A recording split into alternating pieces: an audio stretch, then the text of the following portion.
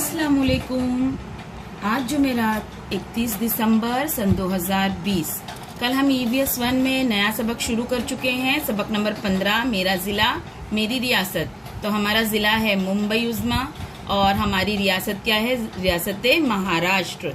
तो हमने किस तरीके से इस सबक का जो तमहीद जो थी इस सबक की, इस तरह से ही थी कि जिस तरीके से एक दरख्त छोटे छोटे अपने हिस्सों से मिलकर मजबूत, तनावर और खूबसूरत नजर आता है, उसी तरीके से एक बड़ी रियासत जो है छोटे छोटे गांव से मिलकर ज़िले बनते हैं और ज़िलों को जुड़कर एक बड़ी रियासत बनती है, जैसे कि हमारी रियासत महाराष्ट्र है।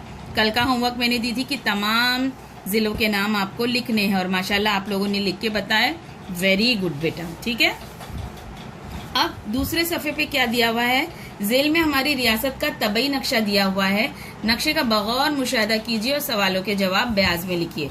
तो आज का होमवर्क आपका ये रहेगा बेटा कि आपको ये नक्शा गौर से देखना है। इसमें देखिए ये नदी का निशान बना हुआ है, घाट दर्रा है तो ये निशान है, चोटी है अगर पहाड़ की तो ये ऐसा ट्रायंगुलर शेप है, जिले का सदर मुकाम दायरा और अगर कहीं नदी पर बंद है तो ऐसा।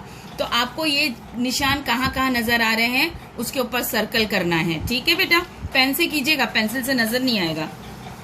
अब इस तस्वीर को देखते हुए यहाँ कुछ सवाल जवाबात है, तो अगर ये मैंने कर दी तो आप लोगों को मजा नहीं आएगा। तो इंशाल्लाह आप पहले इस तस्वीर का बगौर मुशाहिदा कीजिए, फिर हम इसे जूम की ऑनलाइन क्लास में मैं सवालात पूछूंगी और आप लोग अपनी किताब में से देख के जवाब देना।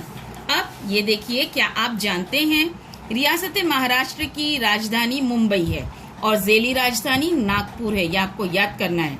हाँ, रियासत महाराष्ट्र की राजधानी क्या है? मुंबई और ज़ेली राजधानी नागपुर।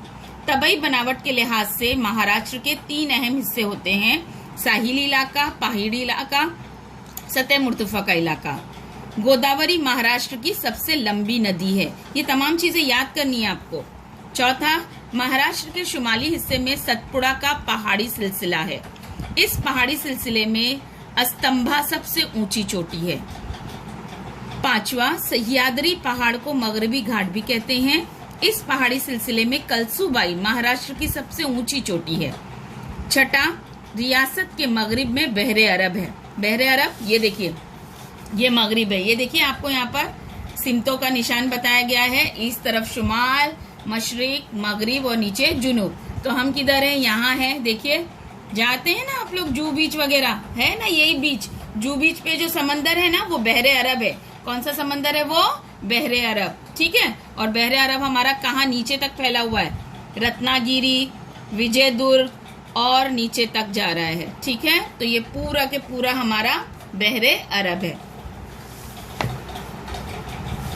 सामने ये नक्शा नजर आ रहा है बेटा आपको। इसमें है ना रंगों के हिसाब से बताया गया है कि महाराष्ट्र की सालाना बारिश कैसी होती है, यानी बरसात के मौसम में कौन से जिले में कितनी बारिश होती है। तो एकदम जो डार्क रंग है ना बेटा, वहां सबसे ज्यादा बारिश होती है। थोड़ा सा हल्का नजर जो आ रहा है उसमें औसत बारिश होती है, यानी ना कम ना ज्यादा। और एकदम हल्का वाला है ना, यहाँ पर बहुत कम बारिश होती है। तो देखिए हम लोग ज्यादा बारिश वाले हिस्से में हैं। फिर ये वाला हिस्सा जो है औसत, और ये जो थोड़ा सा हिस्सा दिख रहा है ना, यहाँ पर है ना औसत बारिश होती है, ठीक है। नहीं, एकदम कम बारिश होती है क्योंकि एकदम लाइट है। यहाँ पे औसत होती है और फिर यहाँ बहुत तेज बारिश होती है, ठीक है। और इसमें ना जिलों के नाम लिखे हुए हैं बाकायदा। तो आपको मालूम पड़ेगा कि अहमदनगर, धुलिया, नासिक के कुछ हिस्से, सोलापुर का कुछ हिस्सा, सांगली का कुछ हिस्सा, यहाँ पर बहुत ही कम बरसात होती है। बाकी ये जितना है ना, यहाँ पर कैसी बारिश होती है? औसत बारिश होती है। वर्धा, अमरावती, अकोला, बुल्डाना, जालना, परभनी, ठीक है, नांदेड़, लातूर, और यहाँ पर बहुत तेज और ज्यादा बारिश होती है। कौन सा है ये? सिंधुदुर्ग, रत्नागिरी, रायगढ़, जिला थाना, पालघर और मुंबई, यहाँ पर ज्यादा बारिश होती है। अब इस नक्शे के ताल्लुक से क्या बता रहे हैं? यहाँ पर दिए हुए नक्शे में हमारी रियासत के ज्यादा, औसत और कम बारिश के इलाके बताए गए हैं। बारिश का ज़रात पर असर पड़ता है। ज़रात यानी खेती बाड़ी। अगले सफ़े पर एक जदूल दी हुई है, उसमें ज्यादा, औसत और कम बारिश के इलाकों में उगने वाली फसलें दी हुई हैं। नक्शे और जुदूल की बिना पर दी हुई सरगर्मी कीजिए। तो कौन सी सरगर्मी है, देखिए यहाँ पर पिछले सफ़े पर दिया हुआ बारिश का नक्शा और जेल में दी हुई फसलों की जुदूल देखिए। उसकी मदद से तलाश कीजिए कि कौन सी फसलें महाराष्ट्र के किस इलाके में पैदा होती है।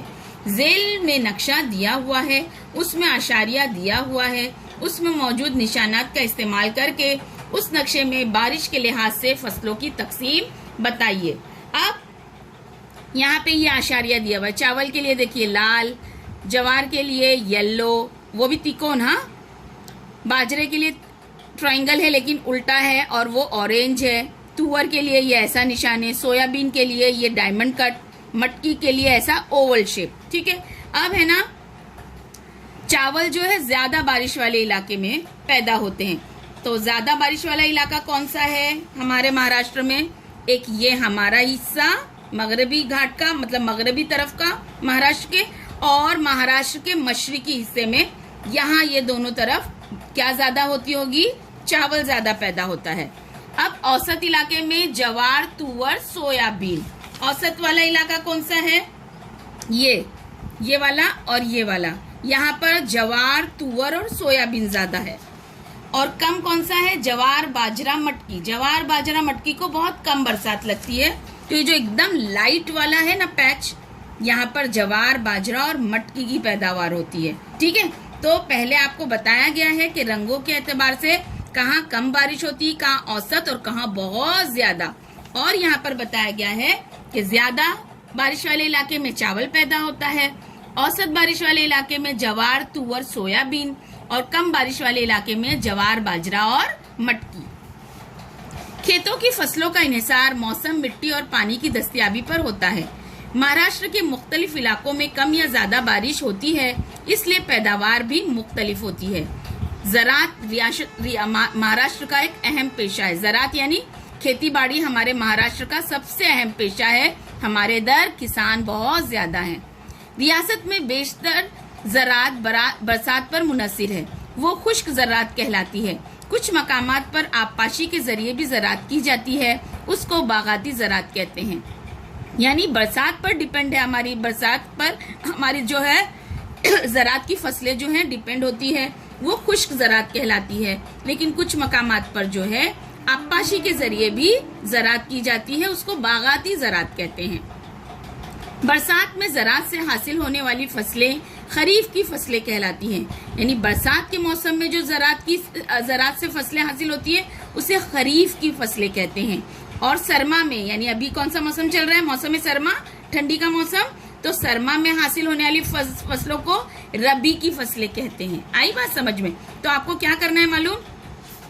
ये तस्वीर को देखते हुए कि कहाँ कहाँ किस हिसाब की बरसात है, आपको यहाँ पे ये लिखना है कि कौन सी चीज कैसे यहाँ पर उगती है, और आशारिया यही देना है आपको। वहाँ पे चावल, जवार, मटकी, तुअर नहीं लिखना है, बल्कि चावल के लिए ऐसा पिंक डॉट, जवार के लिए ये ऐसा येलो रंग का ट्रायंगल और ये उल्टा ट्रायंगल, बाजरा के लिए, तुअर के लिए ऐसा निशान, सोयाबीन के लिए डायमंड कट और मटकी के लिए ओवल शेप ब्राउन कलर का। ये ऐसा यहाँ पर आपको खुद से बनाना है। This is homework. एक ये काम आपको करना है। ट्यूशन जाते हैं आप लोग सब, और आपको ये जो है इसके सवालात जवाबात एक बार अच्छी तरह से देखने हैं। जब मैं सवालात पूछूंगी तो जवाबात आपके पास तैयार होना चाहिए। इन तमाम सवालात के जवाबात इस नक्शे में मौजूद है। ठीक है, तो ये आज का आपका 2 होमवर्क है। एक ये नक्शा देखकर आपको ये सवालात जवाबात पे ध्यान देना है, और इस नक्शे को देखते हुए यहाँ पर काम करना है आशारिया की मदद से। और यहाँ पर तो आपको खाका दिया ही हुआ है और मैंने आपको समझा भी दी। ठीक है, तो आज हम इतना ही करेंगे, ज्यादा नहीं बढ़ेंगे, क्योंकि हमारी रियासत महाराष्ट्र के बारे में जानना हमें बेहद जरूरी है कि यहाँ बरसात किस किस्म की होती है, फसलें कौन सी होती हैं, रबी की फसल यानी मौसम सरमा की फसल, खरीफ की फसल यानी मौसम बरसात की फसल। आई बात समझ में? ये तमाम बातें आपको सीखनी है। ठीक है, चलिए, तो आज का आपका ये लेसन यही खत्म होता है। चलिए।